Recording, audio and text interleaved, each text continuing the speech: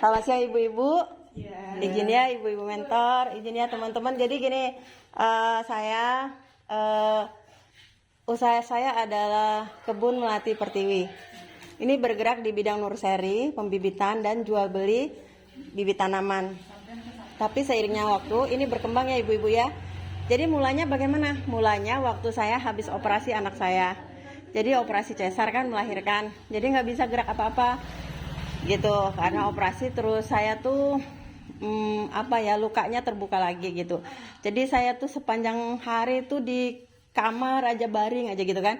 Nah saya suka bunga, jadi hiburan saya itu lihat foto-foto bunga. Waktu itu saya lihat di internet ya, semua foto-foto bunga tuh saya simpen. Kemudian timbul satu ide ya. Jadi di sini ada aspek-aspek usaha. Hari ini kita belajar tentang ini. Jadi yang pertama ide usaha. Jadi keluarlah suatu ide, kenapa nggak jualan bunga gitu kan. Jadi kenapa nggak jualan bunga daripada dinikmati sendiri gitu kan. Nah akhirnya saya mulailah jualan bunga. Nah dapat bunganya dari mana ibu-ibu? Nah ini cerita tentang modal. Saya nggak punya modal ya. Ada gaji suami tapi waktu itu kita persiapan buat bayi. Nah caranya gimana sekarang? Terus saya dikenalkan sama aplikasi Oren sama adik saya ya.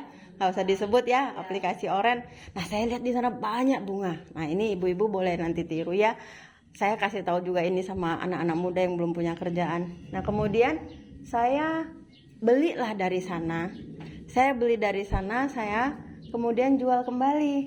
Nah gampang nggak? Gampang. Pengiriman saya sampai ke seluruh Indonesia.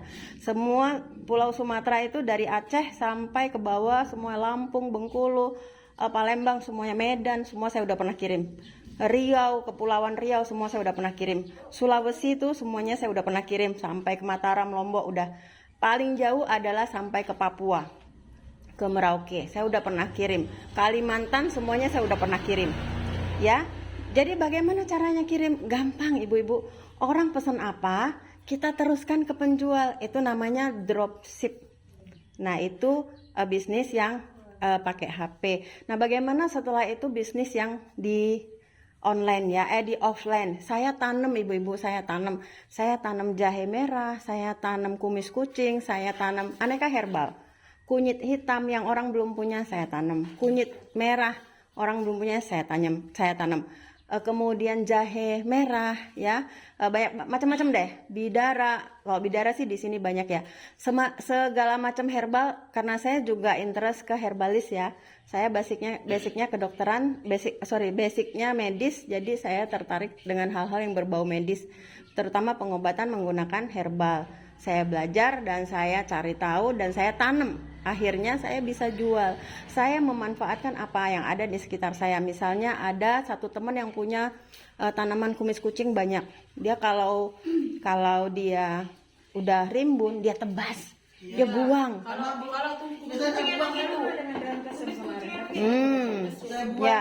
Ya kan?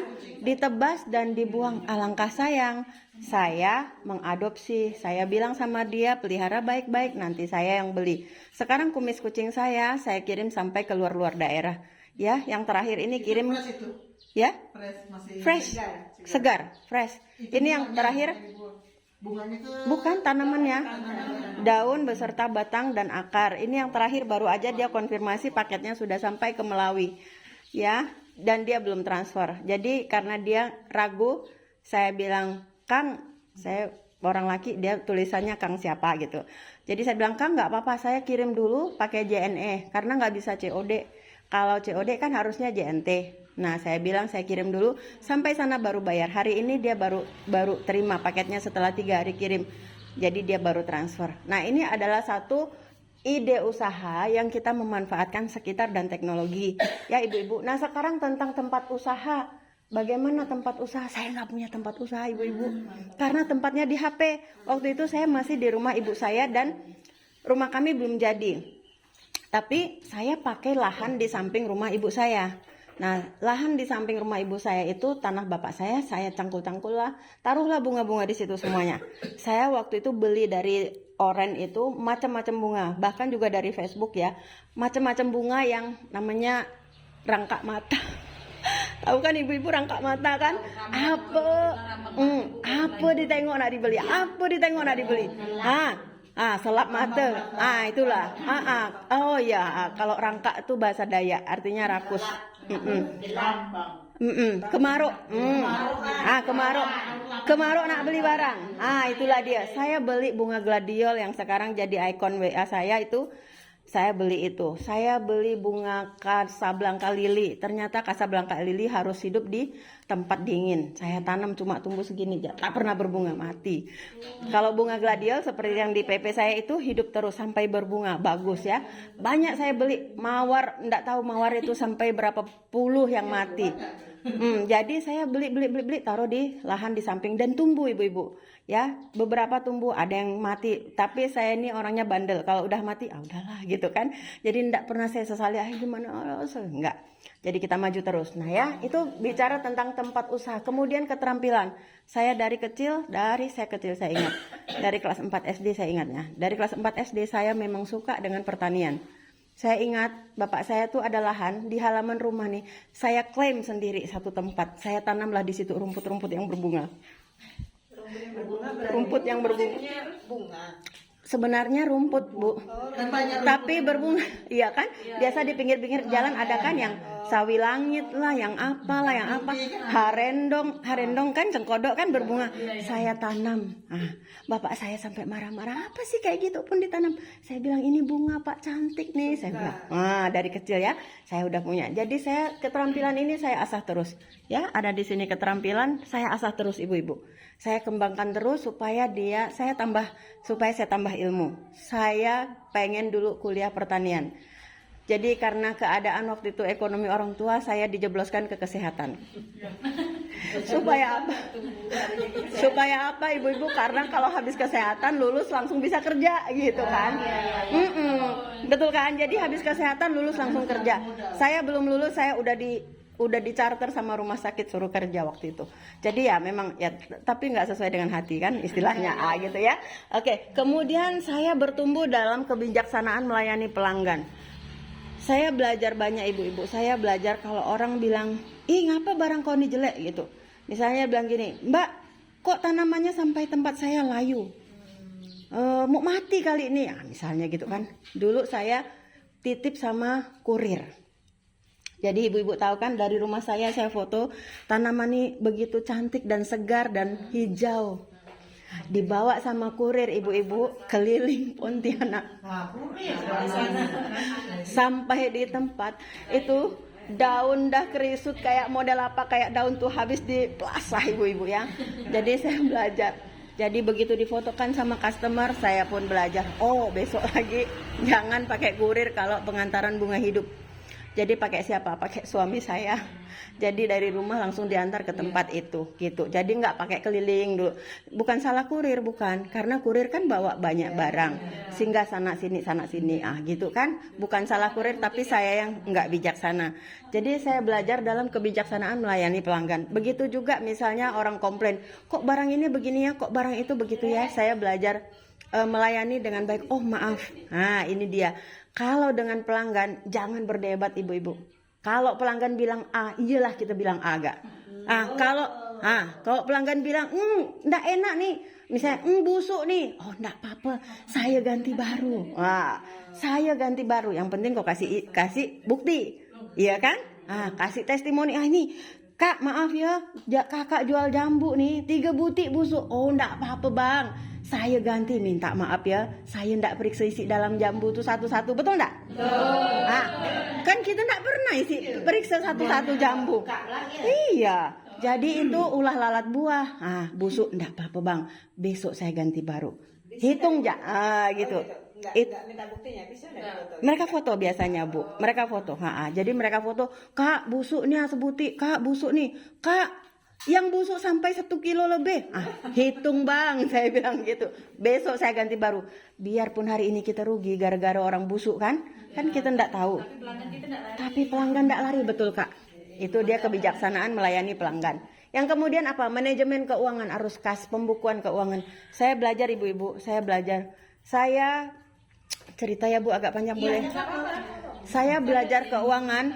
Tahu kawannya Ya, maaf ya ibu-ibu, saya sekalian bikin kontennya biar nggak lupa, biar jadi pelajaran bersama. Saya ibu-ibu boleh percaya boleh enggak, saya belajar arus kas keuangan, debit, kredit, saldo, keterangan itu ya, debit, kredit, keterangan, saldo. Nah itu kan pembukuan sederhana. Saya belajarnya di kelas berapa? Kelas 4 SD. Itu luar biasa. SD saya, SD kita itu yang di arah WBA masuk ke dalam belok kiri. Jadi WBA terus belok ke kiri. Dulu zaman saya kecil, SD berapa sekarang? Saya lupa. Itu SD negeri di sana. Zaman itu pelajaran ini namanya BK, bimbingan karir. Saya senang sekali dengan pelajaran itu karena ngitung duit. Di situ juga saya belajar jualan nggak perlu bawa barang, jualan bawa foto. Bayangkan, waktu itu saya kelas 4 SD, saya lulus SD itu tahun 93.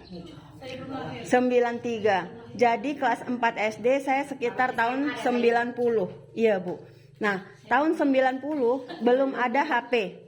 Tahun 90 belum ada HP, belum ada jualan online. Tapi waktu itu kami belajar bahwa jualan bisa bawa fotonya. Itu benar-benar melekat di saya karena saya waktu itu wow banget. Rasanya mengalami pencerahan dengan jualan yang model itu. Karena saya tumbuh di keluarga yang jualan. Bapak ibu saya kan jualan, saya pernah cerita ya kemarin lalu. Nah jadi saya tangkap benar itu sampai saya ingat bertahun-tahun kemudian. Saya ingat itu kalau sekarang orang bilang BK itu bimbingan dan konseling buat anak nakal. Zaman itu kalau namanya pelajaran BK adalah bimbingan karir. Bagaimana anak-anak kecil kan kelas 4 SD, bagaimana mereka digali untuk nanti besarnya jadi apa. Itu hebat banget gurunya, saya lupa gurunya itu siapa ya. Nah kemudian, disitulah manajemen keuangan saya belajar arus masuk keluar uang kas ya. Jadi saya catat sederhana-sederhana. Jadi misalnya sangu dari ibu berapa gitu kan. Nanti keluar buat beli apa gitu. Saya belajar. Nah, kemudian di sini ada penjualan dan pemasaran pasar. Penjualan atau pemasaran atau pasar. Saya menemukan pasar. Gimana caranya ibu-ibu? Peluang itu ada di mana-mana. Sekarang nggak usah cerita tentang Nurseri. Saya cerita tentang jambu kristal yang sekarang saya sedang hari-hari ini jual ya.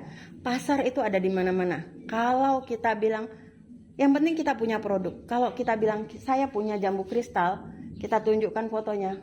Orang tuh tergiur.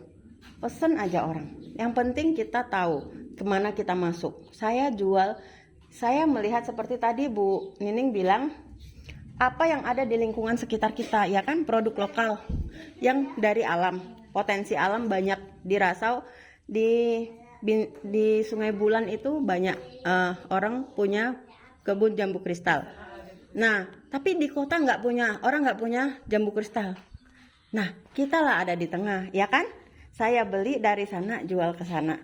Saya beli di sini 10.000, jual ke sana 15.000, saya udah untung 5.000. Ya kan, nanti kita potong-potong lah dengan segala bensin, dengan tenaga, dengan kurir, dengan kantong plastik, kita masih untung. Biarpun untung tipis, tapi kalau banyak, perkalian itu namanya faktor kalian multipliernya namanya ya. Kalau di pelajaran bisnis itu, jadi faktor kalinya tuh besar. Kalau dia beli cuma sekilo 2 kilo, nggak kerasa ibu-ibu. Nah ya kan, halah 5.000 untungnya kita ngantar sampai jauh, nah gitu kan, nggak terasa. Tapi kalau dia beli 10 kilo, beli 20 kilo, beli 70 kilo. Saya rutin supply ke daerah-daerah yang pakai kapal motor air tuh 70 kilo, 50 kilo, 40 kilo. Ini tadi baru kirim 10 kilo pakai motor air. Bukan Bu, ini tadi yang saya bilang. Jadi kita memanfaatkan peluang usaha. Ada Bu, tapi di sana agak sulit Bu. Buahnya kecil. Yang di sana. Yang di sana lebih besar. Iya. Iya. Hanya ya Bu, bagus kan bijinya sedikit, kalau di sana bijinya masih banyak. Ya, jadi kita boleh lihat peluang ada di mana-mana, peluang ada di mana-mana. Ya, yang penting apa? Insting bisnis, mau ndak? Gengsi ndak? Kalau dibilang gengsi Bu, ya saya bisa gengsi nih, alah anak bapak itu sekarang jualan jambu. Bisa aja orang bilang kayak gitu kan, tapi saya suka. Kalau ambil jambu tuh ibu ambil partai besar gitu sampai puluhan kilo, itu tidak dilempar ke pasar. Itu tadi Bu, saya lempar ke pasar. Saya lempar ke customer saya. Tidak per orang gitu. Oh, tergantung Bu. Jadi itu tadi, itu namanya, itu yang di sini dibilang rantai pasok ya, teman-teman. Itu supply chain. Jadi saya ada di tengah rantai pasok. Jadi gimana? Saya ngambil dari sana 10, 20, 30, 100 kilo. Saya drop ke orang yang pesan. Orang yang pesan mau berapa? Ini tadi baru aja yang saya pergi keluar nelpon itu orangnya minta 40 kilo. Ya, yang tadi hari ini saya antar 30 kilo untuk 3 orang. 30 kilo untuk 3 orang. Ya, jadi enggak. Kalau orangnya ngambil banyak saya nggak kasih 15. Saya nggak kasih 15 kan orangnya mau jual lagi. Saya kasih 13, 12 gitu. Untungnya dikit tapi banyak. Perkaliannya banyak gitu. Jadi kalau orangnya beli sekilo 2 kilo, oke, 15 ya kan? Sedang nggak dengan kita ngantar istilahnya kan? Tapi kalau orang yang ngambil 10 saya nggak kasih 13, 12 gitu. Suaminya nanam enggak? Kita ada jambu kristal Bu tanam. Ada, tapi hasil panen kebun kita enggak nutup untuk permintaan pasar. Jadi istilahnya gini, setiap hari butuh 100 kilo. Yang keluar dari kebun kita paling cuma 20 kilo, 30 kilo, enggak cukup. Gitu, enggak cukup. Oke, kita kurang lahan. Kurang lahan Bu, dan kurang tenaga. Kurang lahan tuh. Kita saya balik lahan. Manfaatkan Bu ya. Oke, lanjut ya ibu-ibu. Ada persaingan usaha, ada ibu-ibu persaingan usaha. Persaingan usaha nih, saya jual 13, orang lain jual 12. Saya jual 12, orang lain banting harga 10.000. Tapi saya enggak masalah. Kita tetap punya pelanggan kita sendiri. Jangan main banting. Jangan main banting-banting harga, apalagi banting termos. Oke. Ya ibu-ibu ya. Jadi nggak usah kalau jambu kita bagus. Jambu kita bagus. Ibu-ibu, kalau mutu kita bagus, tadi kan ada kualitas kan? Ada kualitas atau mutu kan? Kalau satu kantong, kalau kualitasnya bagus, kita bisa jual. Nggak usah banting harga, nggak usah perang harga. Nggak usah perang harga. Misalnya si A jualan segini, si B jualan beras. Oh, beras saya harga 15, yang dia jualan 14. Lalu kita mau banting harga jadi 13 ke 12, tak usah. Kalau mutu kita bagus, jual berapa aja? Betul. Kayak saya jual ikan. Kan Bu? Ambil dengan suami 20.000. Ibu jual? 25. Keren. Mau dapat 25 itu kan saya buang sisinya, saya buang perutnya. Itu. Jadi orang jual Betul. 20, aku jual 25. Kenapa dapat saya Mantap Bu. Nanti si Ibu bisa jual 30. Bagaimana caranya? Ikan tuh dibumbu Bu. Ya. Kan?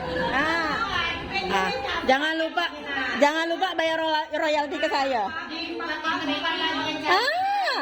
Betul, Bu. Bu udah kan? Bayar tadi 25 jual kan? Bayar 30 udah dibumbu, udah. Sekarang bayar 35 udah digoreng. Iya kan? Itu Bu. Goreng ikan tuh gampang, alas dengan daun pisang. Enggak dia meletup-letup lengket. Gitu. Bukan, saya sini. Kurang minyak kali. Allah, kalau aku goreng ikan di botol apa namanya? Dek, mana? Oke. Oh, Bu, kalau enggak mau lengket, pakai teflon. Pancinya tuh, wajan tuh goreng tuh ibu-ibu ya. Goreng supaya enggak lengket tuh pakai apa? Pakai teflon. Pakai yang keramik. Itu enggak lengket. Atau kalau mau pakai wajan biasa, jangan campur wajan untuk masak sayur dengan goreng. Katanya begitu. Alah, kasihan sayang. Bisa sayang? Khusus untuk goreng. Iya, khusus untuk goreng. Terus minyaknya panas.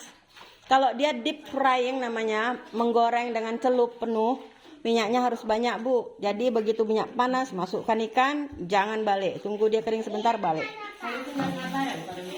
Itulah Bu, masing-masing. Jual cepat-cepat. Ada tantangannya Bu. Kalau Ibu mau nilai lebih, dapat duit tambah banyak, harus banyak usaha.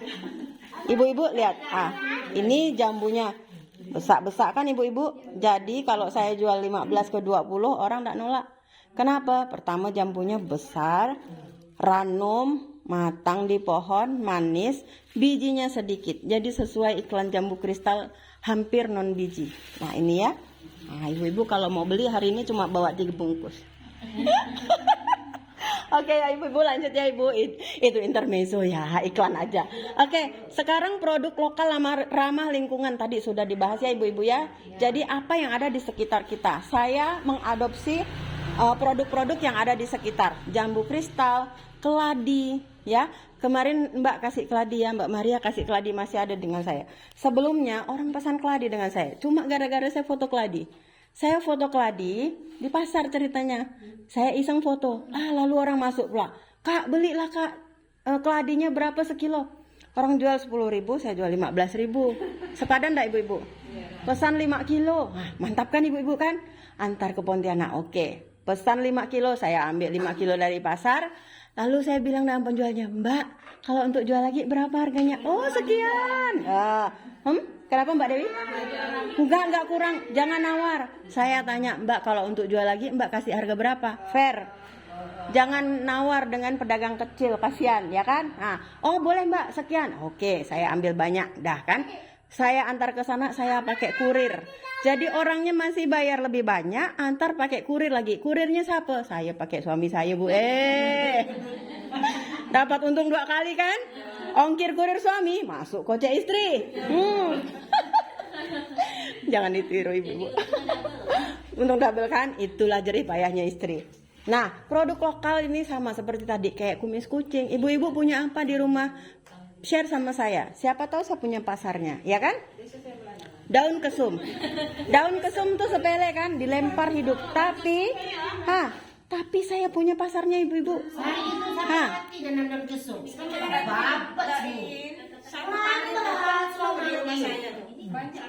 Bapak sih. Dipangkasin. Oh sayang.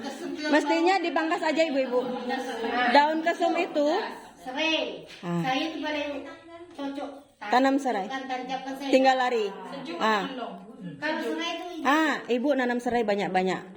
Kemarin saya baru aja ngelepas serai 25 kilo. Ya, sekilo. Nanti kita bicara bisik-bisik, Bu. Oke, kemudian ada kualitas mutu. Itu tadi ya ibu-ibu. Kalau kita punya barang bagus, kita nggak takut mau jual berapa. Kemudian ada potensi alam. Potensi alam itu apa yang ada di sekitar kita. Apa yang ada kita temukan di sekitar kita ya. Jadi jangan takut kita kelaparan. Nah, itu potensi pasar itu ibu. Potensi alam. Ayo kita videokan. Enggak. Oh tuh biawak. Ih gede biawaknya. Iya bos, nanti ada yang pesen biawak gimana? biar suami saya nangkakan. Itu dia. Di mana ada barang di situ ada peluang. Biawaknya besar banget itu. Karena yang bilang tadi nih, ibu posting apa tadi keladi langsung banyak itu tuh apa tuh? Bu ini apa?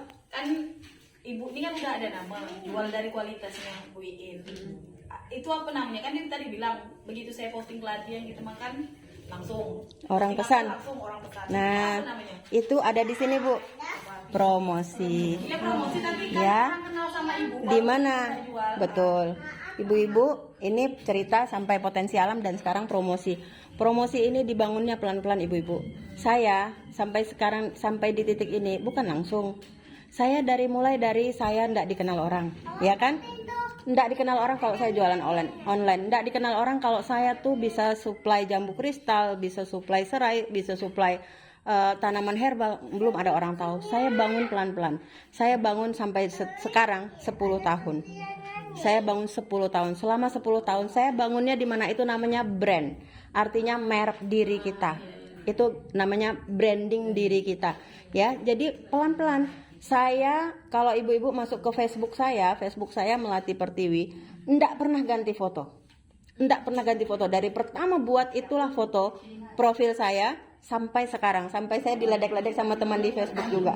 Kenapa? Supaya orang enggak bingung. Ya kan?